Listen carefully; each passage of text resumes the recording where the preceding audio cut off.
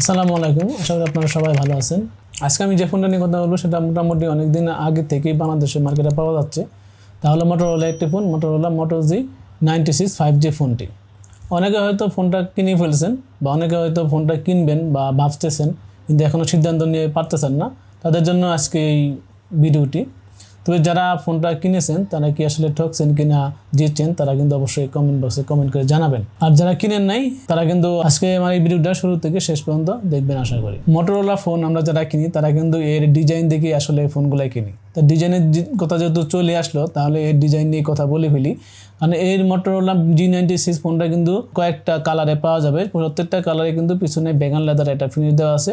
যদি vegan লেদারে finish দেওয়া, এটা কিন্তু আসলে লেদার না, এটা কিন্তু একটা প্লাস্টিক বিল্ডের একটা ফোন। এবং এর যে বডি আছে বডিটা কিন্তু প্লাস্টিকে। এর যে ফ্রন্টে গ্লাস দেওয়া আছে এটা একটা কার্ড ডিসপ্লে এবং পিছনে কার্ড, এবং এর যে গ্লাসটা দেওয়া আছে ফ্রন্টে এটা কিন্তু কর্নিং গোরিলা গ্লাস 5 এর প্রোটেকশন দেওয়া আছে।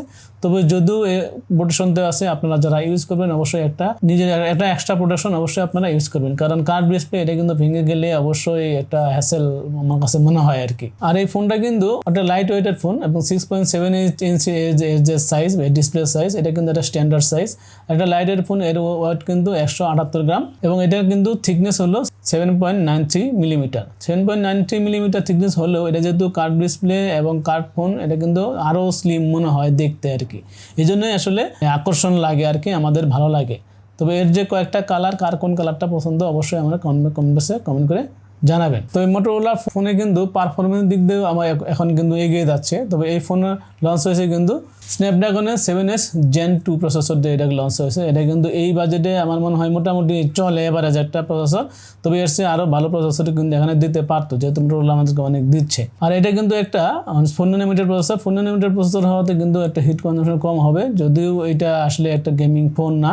তবে এখানে কিন্তু আপনারা সব রকমের গেম আপনারা খেলতে পারবেন। তবে হাই গ্রাফিক্সে গেম খেলতে গেলে একটু ফেরা খাইতে পারেন আর কি। তবে আপনারা সব গেমই কিন্তু আপনারা এই মোটরোলা G96 5G ফোনটা থেকে আপনারা খেলতে পারবেন।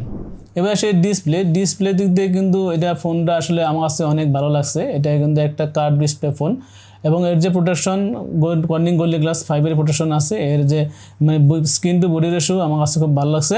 আর যে ডিসপ্লে কালার রেশিও যেটা, সেটা আমার কাছে ভালো লাগছে। এর পিপিআই হলো 393 পিপিআই হতো। কালার টোনটা একটু ভালো পাবেন যারা কন্টেন্ট দেখেন আর কি, বা ইউটিউব দেখেন, তারা কিন্তু একটা ভালো ভিজিবিলিটি বা ভালো কালার টোন আপনারা এই ফোন দিয়ে পাবেন। আর অবশ্যই একটা পাঁচ হোল যে কাট আউট দেওয়া আছে, এটা কিন্তু মোটামুটি ভালোই, একদম ছোট না। তবে এর চেয়ে আরেকটু ছোট হলে দেখতে কিন্তু আরো ভালো লাগতো, স্ক্রিনটা আরেকটু ব্রাইট লাগতো আর কি। তবে এখানে কিন্তু 1600 নিট স্পিক ব্রাইটনেস দেওয়া আছে। 1600 নিট স্পিক ব্রাইটনেস দেওয়া থাকে। আপনারা কিন্তু ইনডোর এবং আউটডোরে কিন্তু খুব একটা ফেরা খাবেন না। আউটডোরে কিন্তু আপনারা ইজিলি ভিজিবিলিটি পাবেন। তবে ইনডোরে তো ভিজিবিলিটি নিয়ে কোনো সমস্যা হবে না আর কি। এবার সে ক্যামেরা, মোটরোলা কিন্তু ইদানিং এর আগে ক্যামেরা দিতে খুব একটা নজর দেয় না। ইদানিং কিন্তু মোটরোলা ক্যামেরা দিক দিয়ে এটা নজর দিতে চাচ্ছে। তারা কিন্তু এখানে পিছনে কিন্তু দুইটা ক্যামেরা ইউজ করছে, যেটা কিন্তু কাজের ক্যামেরা। একটা হলো 50 মেগাপিক্সেলের মেইন ক্যামেরা, এটা হলো 8 মেগাপিক্সেলের আলট্রা ওয়াইড ক্যামেরা।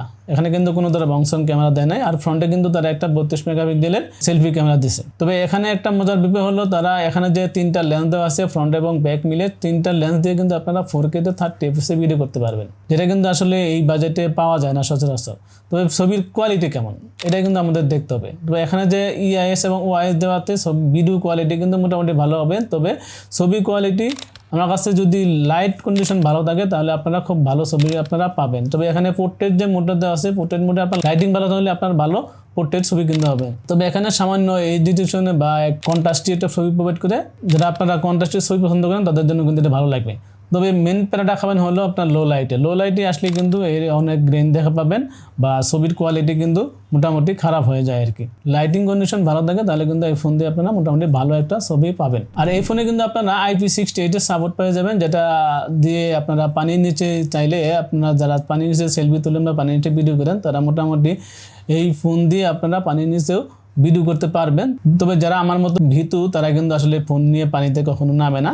তো আপনারা চাইলে কিন্তু পানির নিচে আপনারা ছবি তুলতে পারবেন। আর এখানে যে স্ক্রিনটা দেওয়া আছে, এটা কিন্তু আপনার ভিজা হাত দিয়েও আপনারা স্ক্রিনটা স্মুথলি ইউজ করতে পারবেন, কোনো রকম প্যারা আপনারা খাবেন না। আর এখানে আন্ডার ডিসপ্লে ফিঙ্গারপ্রিন্ট সেন্সর দেওয়া আছে, যেটা কিন্তু মোটামুটি ভালো এবং অ্যাকুরেটলি কাজ করে। একটা চিকন ফোনে বা একটা স্লিম ফোনে কিন্তু আপনারা 5500 mAh একটি ব্যাটারি পাবেন। আর এখানে চার্জিং দিক দিয়ে যে 30 ওয়াটের চার্জার দেওয়া আছে, যেটা আমার কাছে একটু কম মনে হয়েছে। এখানে কিন্তু অবশ্যই 45 ওয়াটের চার্জার ছাড়া আসলে এখন চলে না। তবে আমার মনে হয় এই চার্জিং ক্যাপাসিটি যদি আরেকটু বাড়াইতো, মানে চার্জার ক্যাপাসিটি যদি আরেকটু বাড়াইতো তাহলে আর একটু ভালো হতো। আর এই দুইটা ভেরিয়েন্ট আপনারা বাংলাদেশ মার্কেটে পাবেন। এটা হলো 8 জিবি ভেরিয়েন্ট এবং 8 জিবি ভেরিয়েন্ট, যে দামের একটু পার্থক্য আছে। তো আমার মনে হয় এখানে 8 জিবি 256 যে ভেরিয়েন্টটা, এটা নেওয়াই কিন্তু এটা বুদ্ধিমানের কাজ হবে। আর এখানে যে র্যামটা ইউজ করা হয়েছে সেটা কিন্তু LPDDR4X, এখানে কিন্তু LPDDR5X যদি ইউজ করা হতো তাহলে কিন্তু আরেকটু ভালো হতো। আর যে রোমটা আছে সেটা কিন্তু এখানে UFS 2.2 ইউজ করা হয়েছে। আমার মতে এখানে UFS 3.1 যদি ইউজ করা হতো তাহলে কিন্তু আরেকটু ভালো হতো, বা এই বাজেটে আমার মানানসই একটা মানে একটা পারফেক্ট একটা ডিল হতো। আর এখানে যে সিম টেটা দেওয়া আছে সেখানে আপনারা 2টা ন্যানো সিম ইউজ করতে পারবেন। আর এখানে পাচ্ছেন ব্লুটুথ 5.0 ব্লুটুথ পাচ্ছেন।